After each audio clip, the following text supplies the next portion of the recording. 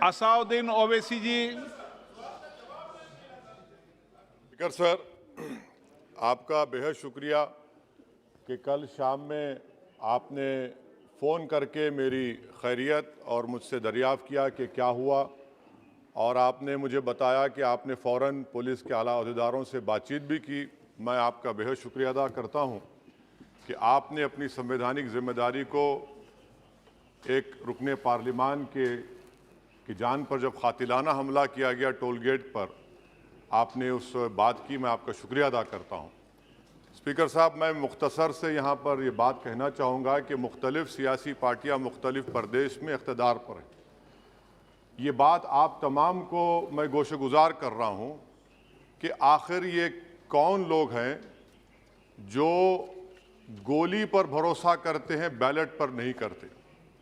आखिर ये कौन लोग हैं जो इतना रेडिकलाइज हो चुके हैं कि इनको इस संविधान पर एतमाद नहीं रहा, उनको अंबेडकर के बनाए हुए संविधान के खिलाफ हैं, जो इतनी नफरत पैदा करते हैं। आखिर ये कौन लोग हैं? मैं इसको सियासी गुफ्तगू नहीं करूंगा, ये सब के लिए छोड़ रहा हूं, क्योंकि जहां तक मुझे मालूम कि मैं 2 मरतबा का विधायक हूं, 4 मरतबा का सांसद हूं, और अगर इस तरह से अगर राजनीति आगे बढ़ेगी कि टोल गेट पर गाड़ी रुकती है और 4 राउंड गोलियां चलाई जाती हैं, आखिर इन नौजवानों को ये कैसे रेडिकलाइज हुए? और मैं सरकार से पूछना चाहता हूं कि क्या उन्होंने ये रेडिकलाइजेशन सैयद कुतुब की किताब पढ़कर रेडिकलाइज हुए, अब्दुल्ला अज़ाम की किताब पढ़कर रेडिकलाइज हुए, या अयमन अल ज़ोहरी की किताब पढ़कर रेडिकलाइज हुए? इसीलिए मैंने सरकार से 2015 में कहा था कि इंटरनल सिक्योरिटी डिपार्टमेंट MHA में, उसमें तमाम मज़ाहिब के लोगों का एक काउंटर रेडिकल सेल बनाइए आप। और सर, ये रेडिकलाइज हो चुके हैं तो भारत की इससे राइट विंग कम्युनिज्म और टेररिज्म बढ़ेगा। मैं आपसे अपील कर रहा हूं कि जो गलती NDA 1 में की थी, आप वही करने जा रहे हैं। आपको नुकसान होगा, आपकी सरकार को नुकसान होगा, देश को तो, देश की सालिमियत को खतरा तो पैदा हो रहा है। सर, मैं आपके जरिए से सरकार को ये भी बताना चाहूंगा कि जिन लोगों ने ये रेडिकलाइजेशन किया है, आप इस पर गौर करिए, इन पर UAPA क्यों नहीं लगाते आप? अगर कोई स्पीच देता है, अगर कोई फेसबुक पर किसी क्रिकेट मैच पर किसी टीम की तायीद करता है तो UAPA लगता है। एक सिटिंग MP के ऊपर UAPA नहीं लगेगा सर। मैं सरकार पर छोड़ता हूं। सर, चौथी बात यह है कि रेडिकलाइजेशन की जब बात होती है, हमने यहां पर एक कांग्रेस के बड़े नेता से सुना कि 2 भारत हैं दौलत के एतबार से। नहीं सर, भारत की दौलत मोहब्बत है। भारत की दौलत पैसों की दौलत नहीं है, भारत की दौलत मोहब्बत है। हां, 2 भारत हैं, एक मोहब्बत पर जो पिछले कई बरसों से आबाद है, और एक नफरत पर भारत बन रहा है। तो क्या आप दौलत की भारत की मिसाल देंगे या मोहब्बत की भारत की मिसाल देंगे? अगर मोहब्बत की भारत की मिसाल देंगे तो उसमें आपको मेरी जबान को रोकने के लिए गोली चलाने की जरूरत नहीं है। इस 2 भारत को समझने की जरूरत है। सर, सर सुनिए सर, मैंने करीब से 6 फीट से गोलियां देखी। मुझे बोलने दीजिए सर, हो सकता है कि कल दिन ना देखूं मैं। अगर मैं यहां पर नहीं बोलूंगा तो कहां बोलूंगा सर? आप मुझे प्लीज बोलने दीजिए।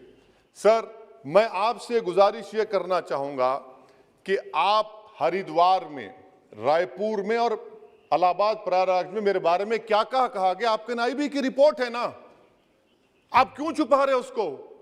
देखिए, मैं मौत से नहीं डरने वाला हूं, हम सबको जाना है इस दुनिया से। बल्कि मैंने कह दिया कि मैं इस वतन में पैदा हुआ, मेरी मां की कोख से तो जमीन पर लिटाया गया। जब मेरी आंख बंद हो जाएगी तो इंशाल्लाह औरंगाबाद की जमीन मुझे दफनाया जाएगा। मगर मैं आपसे अपील करना चाह रहा हूं सरकार से सर, कि जो कुछ बातें की गई हैं उसको देखिए। मैं Z कैटेगरी सिक्योरिटी नहीं चाहिए मुझे, मैं हरगिज नहीं चाहिए मुझे। मैं 94 से पॉलिटिक्स में हूं, मैं आजाद जिंदगी गुजारना चाहता हूं। मैं घुटन के साथ जिंदा नहीं रह सकता इस दुनिया में। मुझे जिंदा रहना है तो अपनी आवाज उठाना है, मुझे अब जिंदा रहना है तो सरकार किसी के उनके खिलाफ बोलना है, और अगर गोली लगती है तो मुझे कबूल है, मगर मैं घुटन की जिंदगी नहीं गुजार सकता सर। मेरा मानना यह है कि संविधान में अगर देश के गरीबों को, मजलूमों को, अल्पसंख्यक समाज को सिक्योरिटी मिलेगा तो मुझे मिलेगी। सर, आपकी चिंता हमें है ना सर इसलिए सिक्योरिटी दे रहे हैं सर आपको नहीं सर, देश के गरीब बचेंगे तो मैं बचूंगा। ओवैसी की जान इखलाक पीलू से बढ़कर नहीं है सर। ओवैसी की जान उस वक्त बचेगी जब गरीब की जान बचेगी। इसीलिए मैं आपके जरिए सरकार से अपील करना चाहूंगा कि सर इस नफरत को खत्म करिए, इस नफरत को खत्म करिए और इस पर आप गौर करिए। मैं नहीं लूंगा सिक्योरिटी, मैं जेड कैटेगरी नहीं चाहता हूं सिक्योरिटी। मुझे ए कैटेगरी का शहरी बनाइए आप, मुझे ए कैटेगरी का शहरी बनाइए ताकि मेरी और आपकी जिंदगी बराबर हो। जब देश के प्रधानमंत्री पर सिक्योरिटी ब्रीच हुआ, अपोजिशन की तरफ से मैंने कहा था कि गलत हुआ। सब सेकुलर पार्टी के लोगों ने कहा कि ओवैसी तुम क्यों बोले, तुम क्यों बोले। मैंने कहा नहीं, देश का प्रधानमंत्री मेरा है, सिक्योरिटी ब्रीच हुई तो एक्शन लेना चाहिए।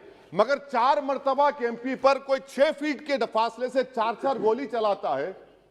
मुझे मौत है, हम सबकी मौत है, मगर मैं इन गोली चलाने वालों से डर कर खामोश नहीं बैठने वाला हूं। और मैं दुआ करता हूं कि उत्तर प्रदेश में पुरअमन पोलिंग होगी इंशाअल्लाह। उत्तर प्रदेश की जनता गोली चलाने वालों का जवाब बैलेट से देगी, नफरत का जवाब मोहब्बत से देगी और कमजोरों को दबाने का जवाब हिस्सेदारी से देगी। मेरी आपसे गुजारिश है सर कि मुझे जेड कैटेगरी नहीं चाहिए, मैं रिजेक्ट करता हूं। आप इंसाफ करिए सर, उस पर यूएपीए लगाइए। और इनके दिमाग कौन है? 2 लोग रेकी करते हैं, उनको मालूम कि मैं मीरठ किठौर से आ रहा हूं उस टोल गेट पर, और 6 फीट के फासले पर गोली चलाते हैं। तो आप देख लीजिए सर, आप सरकार के हवाले, अगर आप इंसाफ करना चाहे आप इंसाफ कर सकते, मगर रेडिकलाइजेशन आपको नुकसान पहुंचाएगा और इससे राइट विंग टेररिज्म बढ़ेगा। शुक्रिया सर।